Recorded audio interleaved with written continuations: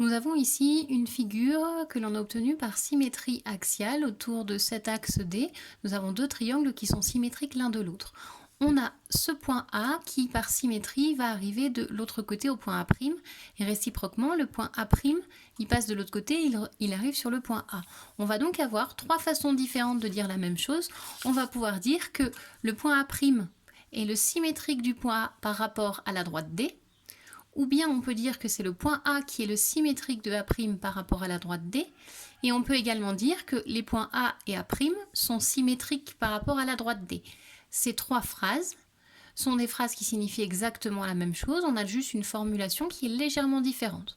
Ce qui est très important quand on fait ce genre de phrase, c'est d'indiquer par rapport à quelle droite est-ce qu'on est symétrique, c'est-à-dire où est-ce qu'il faut plier pour que mon point A se retrouve sur mon point A'.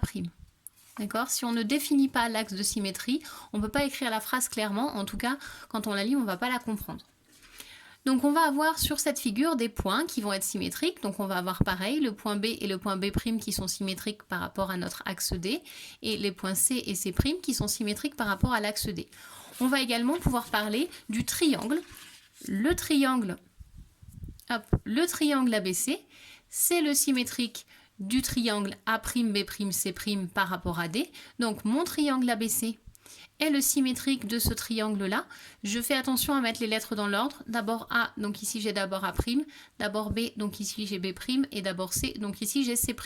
Il est très pratique d'utiliser le petit apostrophe qu'on va lire prime pour pouvoir nommer le symétrique d'un point. Donc puisque ce triangle-ci est le symétrique de celui-là, ça veut dire que mon triangle A'B', C', ici, est bien le symétrique du triangle ABC par rapport à la droite D. C'est la deuxième façon de formuler la même phrase que la première. Troisième façon de le formuler, mes triangles ABC et A'B', C' sont symétriques par rapport à D. Donc ces deux triangles-là sont symétriques par rapport à l'axe D. C'est la troisième formulation de la même phrase. Donc on a sur notre figure des points qui sont symétriques, nous avons des triangles qui sont symétriques. On va voir qu'on peut faire le même type de phrase avec des segments. Ici nous avons le segment AB qui est le symétrique du segment A'B' qui est le symétrique du segment AB par rapport à la droite D.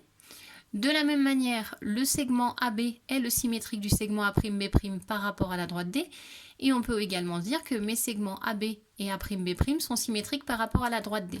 Trois phrases qui signifient la même chose, qui signifient que mon segment AB qui est ici, si je le plie et que je passe de l'autre côté, j'arrive sur le segment A'B'. Mes deux segments AB et A'B' sont bien symétriques par rapport à la droite D. Et on va également avoir une symétrie des angles. Si je prends l'angle droit qui est marqué ici, l'angle ABC, c'est l'angle droit qui est ici. Si j'en fais le symétrique, je vais arriver sur l'angle A'B', C', qui est aussi un angle droit. Donc on va pouvoir le formuler de trois manières différentes. Soit on dit que c'est l'angle ABC qui est le symétrique de l'angle A'B', C' par rapport à la droite D. Soit on dit réciproquement que c'est l'angle A'B', C' qui est le symétrique de l'angle ABC par rapport à la droite D, ça veut dire la même chose, soit on peut dire que les angles ABC et A'B', C' sont symétriques par rapport à la droite D. Donc vous constatez que dans tous les exemples qu'on a fait, on précise à chaque fois qu'on est bien par rapport à la droite D. C'est très important de préciser notre axe de symétrie dans ce genre de phrase. Et pour chaque phrase que l'on veut exprimer, on va avoir trois façons différentes de le dire, qui sont des façons qui ont exactement le même sens. C'est pas écrit de la même manière, mais ça veut dire exactement la même chose. Donc sur une figure, on va avoir les points qui sont symétriques les uns par rapport aux autres, les segments. Le symétrique d'un segment, ça va être un segment. Les angles, le symétrique d'un angle, ça va être un angle. Et puis des figures, le symétrique d'un triangle, ça va être également un triangle.